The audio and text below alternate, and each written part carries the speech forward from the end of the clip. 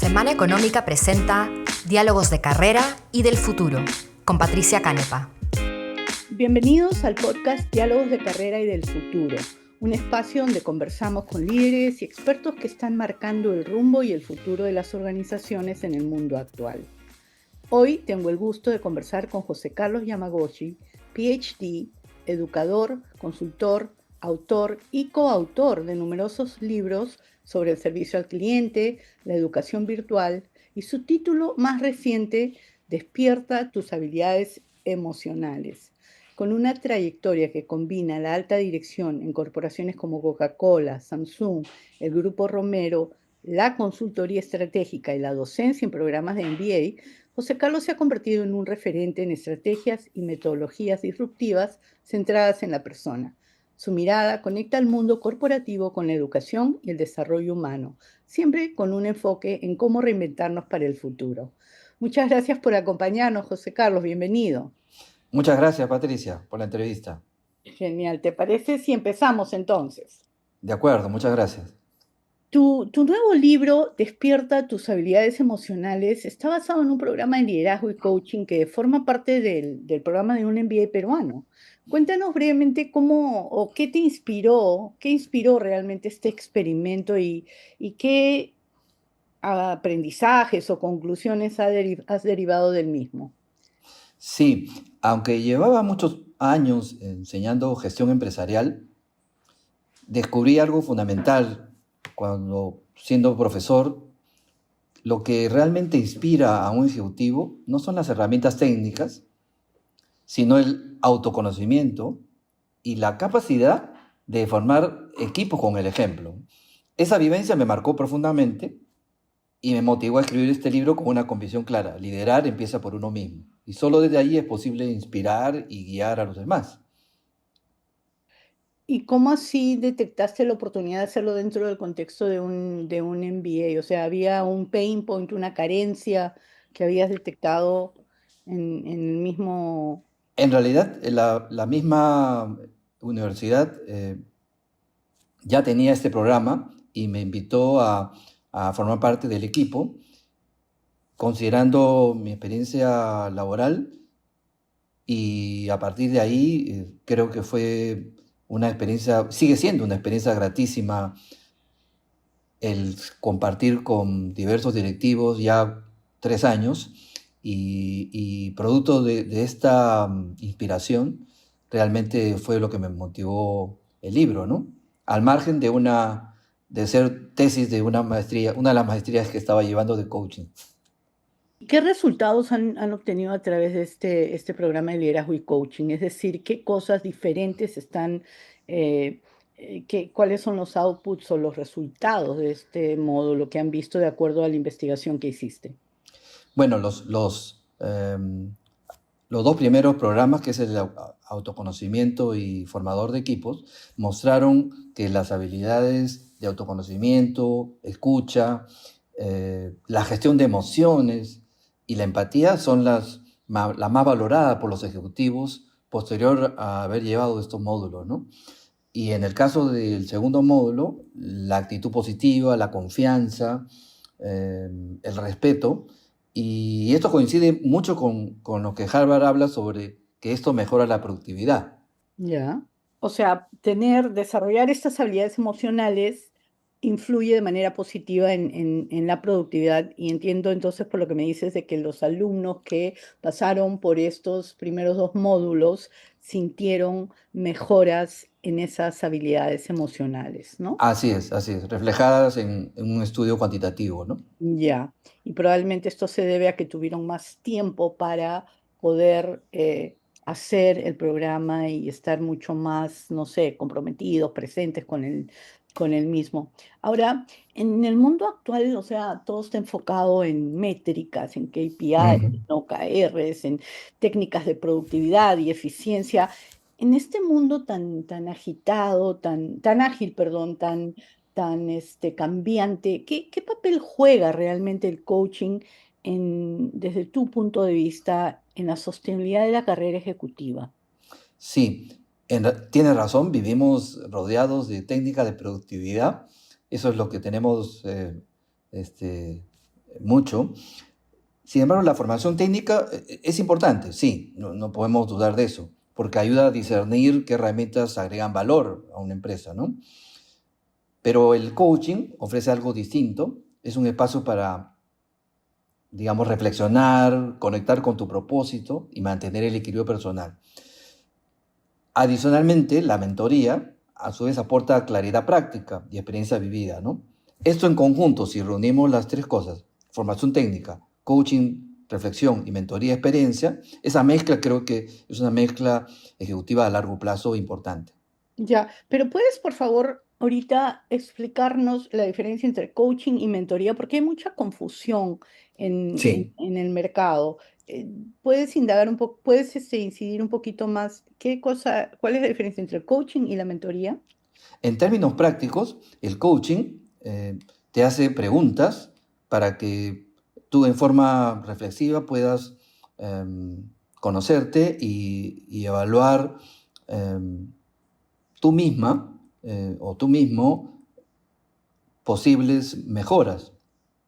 En cambio, en la mentoría, que normalmente es realizada por personas con algo más de experiencia, eh, desarrollan también preguntas para conocer a la persona, pero al mismo tiempo comparten la experiencia que algunos años los da y de tal manera que esto pueda servirle no para redescubrir la rueda desde cero, sino para tener diversas alternativas o simplemente opciones, ver los positivos y negativos, pero al final el que toma la decisión es la propia persona, ¿no?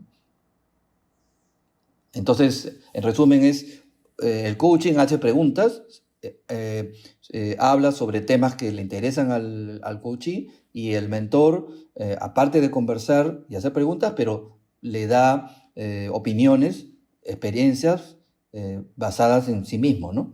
Ujú, ujú, ujú. Y yo creo que y creo que esa combinación es súper potente porque ya Ujú. a cierto nivel ejecutivo, los ejecutivos quieren, o sea, sí hay todo este proceso de autorreflexión, pero también quieren, ¿no? Que compartas experiencias Así es, y ejemplos y así situaciones. es. Quieren Ah, pimponear sí, ideas, ¿no? así es, sí, sí, Entonces, sí. creo que esa combinación es súper, súper potente. Ahora, ¿qué cosa, ahora que la inteligencia artificial se puede utilizar, ¿no? La están utilizando para precisamente coachear a las personas antes de reuniones importantes, hacer esa especie de pimponeo, ¿no? Ujú. En algunos casos la están usando para fortalecer la inteligencia emocional de las personas. Es lo último que he estado leyendo. Em, no sé si el ChatGPT lo hace así o son módulos especiales que se han creado basados en la inteligencia artificial para poder hacer este tipo de cosas, pero en todo caso, ¿qué futuro le deparas al coaching si de pronto podemos tener estas conversaciones con las máquinas? Mira, yo he tenido, al igual que tú, varias sesiones de inteligencia artificial y por el momento la inteligencia artificial es generativa. ¿Qué implica ser generativa? Que eventualmente es creativa, ¿no? Y al ser creativa, muchas cosas son, vamos a decir, inventadas, entre comillas. Entonces, a pesar de que uno pueda desarrollar el concepto de agentes, o sea, agente pedagógico, agente de coaching, o sea, diferentes roles, sin embargo, eh, hay algo que todavía carece la inteligencia artificial y espero que todavía por un buen tiempo, es la reflexión y el pensamiento crítico. Por supuesto que se puede programar de esa manera, pero implica también un nivel de conciencia y eso obviamente tiene mucho impacto en el docente, ¿no? Que a la vez también es una especie de coach o mentor, porque si no le pone el tema de la reflexión crítica y buscando en los alumnos justamente desarrollar el deseo de aprender y cuestionarse, difícilmente vamos a poder lograr. Por eso que yo coincido con Oppenheimer cuando dice que revoluciona la educación. Sin embargo, si escuchamos al CEO de LinkedIn, mucho depende de la adaptabilidad a esta nueva herramienta, que como todo, hay un proceso de transición, pero fundamental porque si nos adaptamos a esta nueva herramienta, entonces no va a haber ningún problema de, como se dice, de perder los trabajos. Ujú, ujú. Sí, yo creo que se vienen grandes cambios, no solo en la parte académica, sino también estamos cambiando la manera como trabajamos. Ahorita hay mucha incertidumbre, pero, Ujú. por ejemplo, Peter Diamandis es de la idea de que el nuevo empleo del futuro es el emprendimiento, ¿no? Claro, dicho desde la mirada de un emprendedor muy exitoso, ciertamente, pero las cosas están cambiando y poco a poco iremos viendo pues cómo se van formando las nuevas tendencias en ese sentido. Ahora, dentro de todo, yo coincido con el tema de la inteligencia o de la habilidad emocional para relacionarse con otros, y sobre todo porque cada vez vamos a tener más información a nuestra disposición y es imposible saberlo todo, ¿no? Así es. Entonces tienes que apoyarte en otros. ¿Qué habilidad emocional dirías tú es más urgente desarrollar en los líderes latinoamericanos y por qué? Mira, aunque parece mentira, pero que debe ser una condición básica de un líder, hoy lo más urgente es construir confianza y comunicación efectiva, ¿no? Los equipos cada vez más diversos y actúan bajo presión necesitan líderes que escuchen. Parece muy obvio, pero que escuchen con atención y que inspiren confianza y guíen con el ejemplo, que obviamente últimamente hemos tenido algunos de ese tipo de ejemplos a veces no tan positivos, ¿no? Y obviamente, ¿eso qué implica? Escuchar con empatía, comunicar con autenticidad Ujú, y obviamente con el ejemplo, ¿no? ujú, ujú.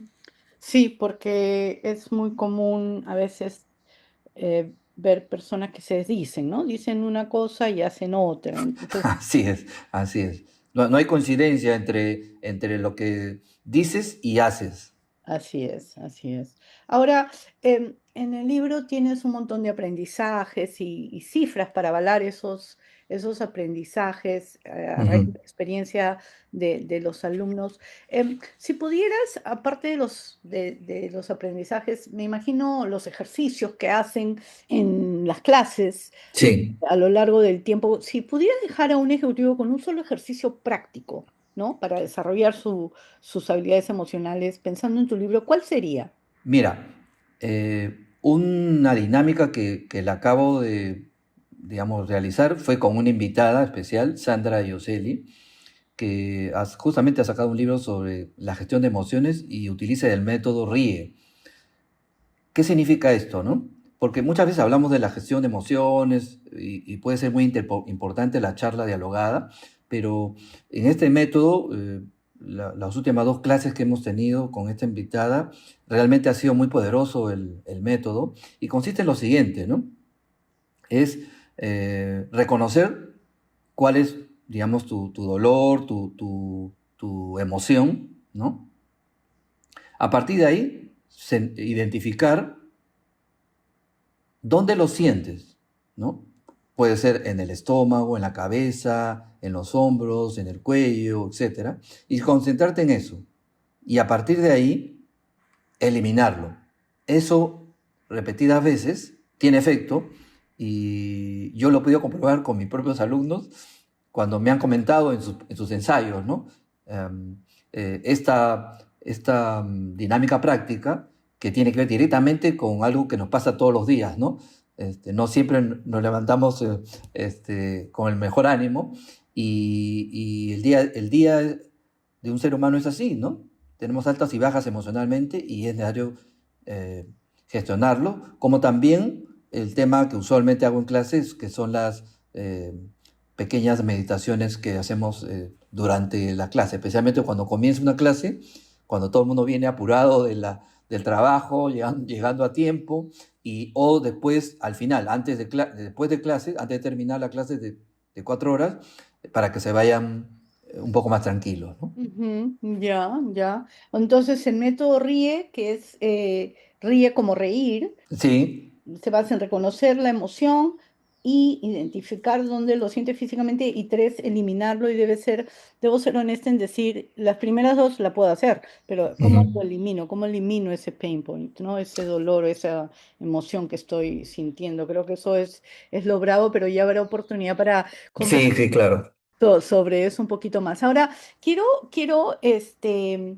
hablar sobre la innovación y el futuro del aprendizaje o la educación a la luz de tu otro libro que se llama La nueva educación virtual. Y justo Sí, hace sí. poco escuchaba a Reid Hoffman, cofundador de LinkedIn, comentar cómo las personas más jóvenes están como que desesperando con los métodos actuales de enseñanza y ven sus propios hijos y además me parece que lo avala con algunos estudios, mejoras significativas en cómo aprenden a través de la interacción con ChatGPT. ¿Cómo te imaginas el aula universitaria y de posgrado en 10 años? ¿Cómo se podría cerrar esta brecha de manera más rápida, ¿no? Sí, yo me imagino el aula universitaria un poco de la perspectiva actual, en que va a ser un proceso mm, de transición entre la nueva herramienta y el adaptarse al uso de esa herramienta. El gran issue sobre el tema es que muchas veces pensamos que el ChatGPT tiene las respuestas correctas y hacemos un copy-paste. Y me ha pasado, ¿no? Que yo he podido, pues, comprobar respuestas de ese tipo. Y entonces esto tiene un impacto en la capacidad reflexiva, el pensamiento reflexivo de las personas que piensan que simplemente es un copy-paste. Podrán pasar el examen, pero no podrán pasar el examen de una sustentación, de una presentación a tus gerentes, una sustentación de un plan de negocios, donde no tienes en ese momento al ChatGPT, ¿no? Entonces, creo que ahí va a ser el gran reto digamos, de las instituciones, pero al mismo tiempo del docente y de los propios alumnos, ¿no? O sea, estoy entendiendo, por lo que me dices, que tú sientes que va a seguir siendo, por ejemplo, una situación donde los alumnos van a la clase físicamente o se conectan de manera virtual y que hay un grupo de profesores, perdón, hay un docente y están los alumnos. O sea, muy similar al esquema actual en términos de la logística y cómo se aprende dentro de un salón. Ya, ok, sí te entiendo. De hecho, hoy en día yo diría que grosso modo 60 o 70% de los cursos de cualquier maestría o cursos de educación continua son online, lo cual ya te implica un cambio de la perspectiva tradicional, ¿no? Obviamente también hay temas híbridos. Tienes al frente a 10, 15 alumnos y en pantalla 30, 40 personas, lo cual hace muy, muy difícil también la comunicación. Pero al mismo tiempo creo que lo que va a incrementar la tendencia es la comunicación a nivel asincrónico, que normalmente son las diversas maestrías, ¿no? La que estoy llevando implica un nivel asincrónico en el que tienes, digamos, lecturas, tareas, foros, etcétera, y tú participas eventualmente de una charla presencial que puedes también escucharla después, una vez por curso, una por curso, ¿no? Eso me parece que va a incrementarse grandemente en Europa, digamos, eso es prácticamente, yo diría, 80-90%. Eh, pero por otro lado también hay más especialistas en el tema que hablan de que no va a ser necesario quizás ir a las aulas, incluso me atrevería a decir a las universidades, porque así como hoy en día tú, empresas, inviertes en influencers que aprenden solos y hablan de cualquier tema, creo que en el tema educativo y especialmente la generación Z y la beta van a autoeducarse. El gran problema es que se van a autoeducarse con la inteligencia artificial. Si la inteligencia artificial no es manejada adecuadamente en temas de adaptabilidad y en temas de reflexión crítica, ahí va a estar el reto, ¿no? Ya, ya entiendo. Como también la parte de microlearning, esa también puede ser una alternativa de desarrollo futuro, que son clases por decirte, de 10 o máximo minutos y en línea, y puede ser asincrónica y sincrónica, lo cual hace que después tú reflexiones sobre el tema o puedas aplicarlo en algún tema específico, en foros o participativos, ¿no? Sí, sí. Ya. Ahora, algo que creo que probablemente va a ser parte más importante de las clases es todo este concepto de la gamificación en la formación ejecutiva. ¿Cómo hiciste para incorporar la teoría del juego Go, este juego milenario, Ujú. a la enseñanza de la estrategia empresarial entre tus alumnos en las maestrías? Sí, bueno, te cuento que antes de la pandemia, justo 2 meses antes, me dijeron, puedes convertir este curso en línea y me demoré creo que 3, 4 meses porque tuve que ir a la Asociación Peruana de Go para aprender Go, de qué se trata, y reformulé el sílabo de tal manera que tuviera un componente de estrategia occidental y estrategia oriental del punto de vista del concepto, la diferencia de concepto entre estas dos estrategias, obviamente también qué los une, y el juego como expresión de estrategia oriental, donde no es una bola de cristal donde te dice qué vas a hacer, sino que es el reflejo de cómo piensan los orientales, especialmente los chinos, a partir de la política, la economía, diplomática, la parte comercial, etcétera, ¿no? Entonces, ahí es donde el juego refleja un poco esa manera de actuar, de pensar, en todos los niveles de la comunidad china, ¿no? Ya, me parece excelente. Justo yo he llevado un pequeño curso sobre ese tema y acabo de leer el libro de este español, no me acuerdo cómo se llama, pero sobre las Adrián. dos claves, sí, las Ah, ya. dos claves Sí, para hacer negocios en China o algo así. sí, Adrián, sí, Es español. buenísimo, buenísimo y que Sí, cambia la mente sobre, ¿no? Ciertos paradigmas y ciertas sí. maneras que tú pensabas podrían, o sea, reflejar el pensamiento oriental y en este caso específicamente chino, que fue muy, me encantó. Yo he escuchado varias entrevistas a él y habla, claro, lo que pasa es que siempre lo miramos a China desde nuestra mirada occidental. Es correcto, esa es su premisa Sí, fundamental al escribir el libro. Ahora, eh, en mi ensayo de ingreso sí. a la universidad, me preguntaron, estoy hablando hace 1000 años, pero me No preguntaron tanto, no tanto. a qué persona miraba y se me Sí, ocurrió hablar de Walt Disney, sí, porque fue un hombre realmente disruptivo para su momento, pero lo que así es. me encantaba de él es que hizo de sus sueños, de su fantasía, una realidad a pesar de N obstáculos, ¿no? Eh, Así es. me encanta él, me encanta su parque de diversiones y el concepto propio de Disney de encantar a sus invitados, ¿no? Y esto me lleva a la siguiente pregunta. Estás llevando un curso global avanzado de Disney, pero ¿de qué se trata este curso y qué estás aprendiendo ahí?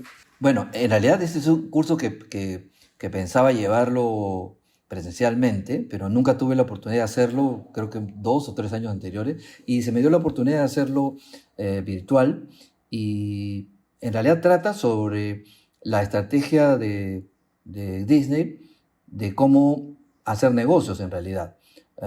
Tiene dos o tres partes. Bien, hay una parte de lo usual, una charla dialogada de introducción, pero después vienen casos de negocios. Hay 3 casos de negocios de Disney, desde cuando comenzó, desde Walt Disney, ¿no? Sus vicisitudes para empezar el negocio, nadie le creía, ¿no? Y después, cómo él era tan acucioso y tan detallista.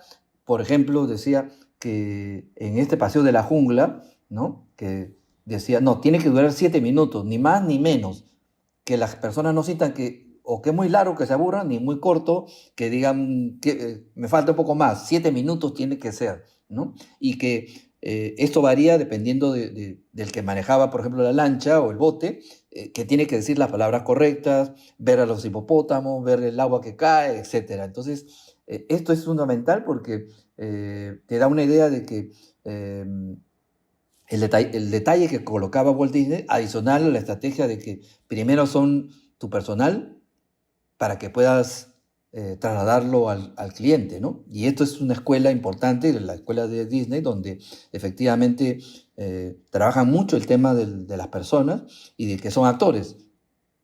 Entran a una obra de teatro o una obra del cine y cada uno es un actor. Y en ese sentido, por ejemplo, me sirve muchísimo para un curso de fidelización que estoy llevando. Y lo primero que hice ya implementar el caso 1, el caso 2 y el caso 3, ¿no? De Disney.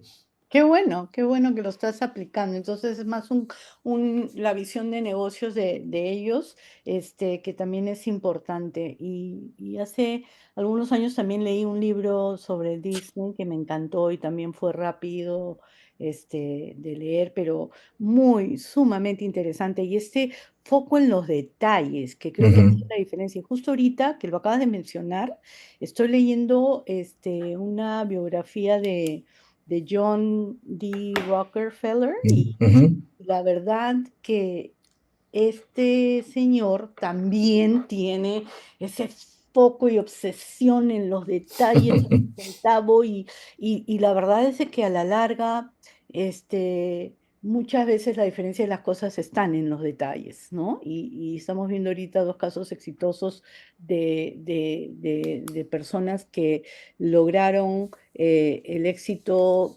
basado en hacer realidad sus sueños y a lo largo y producto de ello también de ser muy exitosos en términos económicos, ¿no? Eh, Ujú. entonces, creo que ahí hay un mensajito que es bueno, sobre el cual es bueno reflexionar, este foco en los detalles, en la importancia de que esas cosas sí importan, ¿no? A la larga, pienso yo. Eran otras épocas, pero creo que sigue siendo algo relevante. Ahora, ya se nos está acabando el tiempo, pero voy a tener que eliminar algunas preguntas, pero para ir cerrando, antes de entrar a la ronda de preguntas, si tuvieras que escribir un libro sobre cualquier tema, ¿qué tema escogerías? Tengo realmente dos temas, ¿no? Uno que ya estoy pensando digamos, en los temas, que es justamente ligado al tema del Go, ¿sí? Y otro sobre el tema de la reinvención de las personas. Muchas personas están en una etapa de transición, no solamente los de la economía plateada, sino incluso antes, y lo veo con mis alumnos, y que necesitan, eh, en algunos casos, formación, ¿sí?, adicional de la especialidad que no tienen de base, pero también coaching y mentoría. Entonces, estoy, digamos, el de Go va a ser quizás más rápido, quizás para el próximo año, y si hay oportunidad para el cuarto, va a tratar sobre este último tema, ¿no? Ya, perfecto. Son dos temas bien interesantes. Ujú. Todo el de la reinvención personal, que es un tema que también tengo alguna experiencia con eso, que entonces me va a interesar mucho este, leer tus observaciones, tus experiencias y tus recomendaciones en ese Sí. sentido. Ahora, entremos a una ronda relámpago así, donde espero así respuestas muy cortas de una palabra o Ya, ping pong. oraciones, sí, sí, sí. ¿Qué habilidad blanda le inyectarías a los ejecutivos actuales? Una. Am, Confianza, ¿no? Perfecto. ¿Y qué deben aprender los gerentes que no te enseñan normalmente en la universidad o maestría? Yo diría escuchar. ¿Y el mejor consejo que recibiste en tu carrera? Algo que creo que coincidimos, una frase: no te preocupes, ocúpate. Eso lo decimos en el libro El futuro del trabajo. Sí. Qué bueno, gracias. Yo lo recibí de mi jefe en su momento en el año 93. Así, eso, Sí. ya, entonces tú, ¿sabes quién puso esa frase en el libro? Fue Patti Merino, o sea, y me encantó, Ah, me encantó. Ella lo debe sí. haber aprendido quizás del mismo profesor o alguien más, pero pensé que no sabía que tenía esta trascendencia anterior. Sí. Ahora, personaje inspirador. Sí, definitivamente mi madre Luzmila, que me enseñó la mentalidad de crecimiento, ¿no? Obviamente con el ejemplo, aprender, adaptarse, seguir creciendo, y algo fundamental que para mí es importante, la integridad, ¿no? Hacer lo correcto aunque nadie te esté viendo, ¿no? Eso implica humildad y actuar con coherencia y de alguna manera haciendo tu legado, tu propósito, ¿no? Ya, ya, eso está bueno en la definición de integridad. Y libro Ujú. que todo profesional debe leer. Hay un libro que me impactó, me lo recomendó una ex clienta, ahora amiga, es Outlier, fuera de serie, ¿no? De Malcolm Gladwell. Eh, lo que finalmente dice que enseña que el éxito no depende solo del tener talento, ¿no? O sea, mejor dicho, en términos tecnológicos del hardware, sino de la práctica constante, ¿no? Y la disciplina, el software, ¿no? Al final, muchas veces la disciplina suele pesar más que la inteligencia. Sí. Sí, y también lo ves en estos dos casos que hemos conversado, ¿no? El de Disney y el de Rockefeller. Ujú. Sí. Y como todos los emprendedores de todos los países, ¿no? Ajá.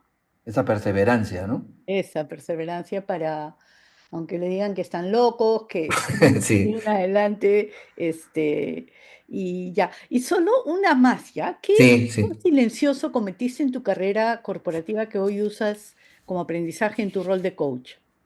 A ver, que sí, yo creo que pensar de que podemos siempre tener 10 en todos los, vamos a decir, en la rueda de la vida, en los diversos roles que tenemos en la vida, ¿no? Y uno aprende con el tiempo en que no siempre puedes tener 10 al mismo tiempo. Y al aceptar eso, entonces te permite esforzarte en los momentos adecuados, porque siempre hay ciclos, la vida es así, son ciclos de subes y bajas, y es aceptar esa situación de que no siempre puedes tener 10 en todo, Ya, ¿no? pero José Carlos, solo aclárame el concepto del 10. O sea, ¿estás hablando de 10 como 20 o 10 en el concepto europeo de la nueva? En el Consejo Europeo de justamente yo hago un ejercicio sobre la rueda de la vida, que evalúas, por ejemplo, familia, trabajo, de 0 a 10. Y dentro de esa evaluación, lo primero que hice fue evaluarme, ¿no? Eh, y ves que no siempre puedes tener 10 en todo, o sea, 20 en todo. Y entonces eso, en lugar de decepcionarte, deberías entender que no siempre una persona humana puede tener 10 en todo al mismo tiempo, ¿no? Y esto quizás es uno de los, digamos, el mejor aprendizaje o si se puede llamar error en el sentido de querer siempre tener 10 en todo momento, ¿no? Y hay momentos para cada cosa. Así es, así es. Y es bueno hacer esa rueda porque ahí te vas viendo a lo largo del tiempo dónde vas mejorando y dónde tienes que ponerle un poquito más de punch. José Carlos, siempre es un gusto conversar contigo, aprendo muchísimo. Has sabido integrar tu experiencia corporativa, la de académica y la de consultoría para poder ayudarnos a tener una mirada hacia un futuro más consciente, innovador y centrado en lo humano. Muchas gracias. A ti, Patricia, por la entrevista y como siempre también aprendemos conjuntamente y son definitivamente alimentan el alma cuando tenemos este tipo de conversaciones. Genial, muchas gracias. Si deseas saber más sobre José Carlos Yamagoshi, puedes leer su último libro, Despierta tus habilidades emocionales, o revisar sus artículos y conferencias en los diversos medios. Muchas gracias por acompañarnos en este episodio de Diálogos de Carrera y del Futuro. Si te gustó, no dudes en compartirlo y calificarlo. Hasta la próxima sesión. Muchas gracias.